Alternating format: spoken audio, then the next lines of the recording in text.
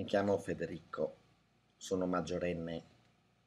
Non è che ho una passione per una squadra in particolare, però insomma, una canzone.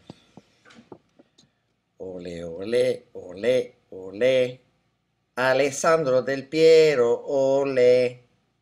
Alessandro Del Piero, Alessandro Del Piero, Alessandro Del Piero, ole. Ma così, a caso. Io di solito la partita, se mi capita di vederle, perché mica guardo tutte, insomma, guardo a casa, prendo un paio di tifosi delle squadre opposte, una bottiglia rotta, un accendino, qualcosa così, insomma, niente, a casa, a casa.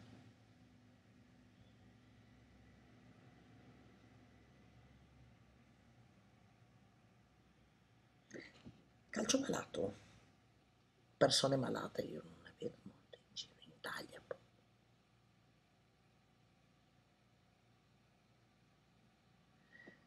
Ma io lo seguo proprio perché non è malato.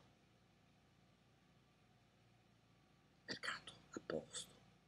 Ma i giocatori guadagnano quello che io guadagno in un mese, quindi insomma. Poi cosa mi interessa a me del calcio? Niente, poco, nulla. Partita decisa a tavolino? Ma no, tavole rotonde si fanno, che tavolino? Spezzatini, campionati a rate, a tangenti più che a rate. Alla Lega, beh, qua io, vabbè, tolgo gli occhiali così mi si può riconoscere. Vorrei dire alla Lega che ritorniamo a sti scudetti che sono stati vinti sul campo.